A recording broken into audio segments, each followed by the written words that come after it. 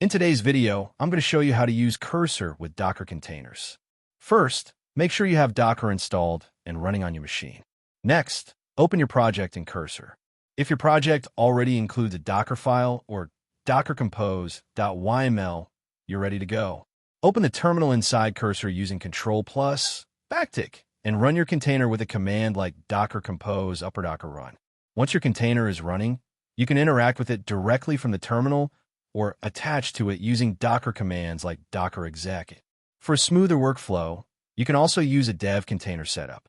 This allows Cursor to connect directly into the container environment so your code, dependencies, and tools all run inside Docker. If you're using something like a.dev container configuration, Cursor will detect it and prompt you to reopen the project inside the container. This is great for keeping your environment consistent across machines and teams. And that's how you use Cursor with Docker containers for a more reliable development setup. And that's it. Thank you for watching this video. Please feel free to use the affiliate link in the description.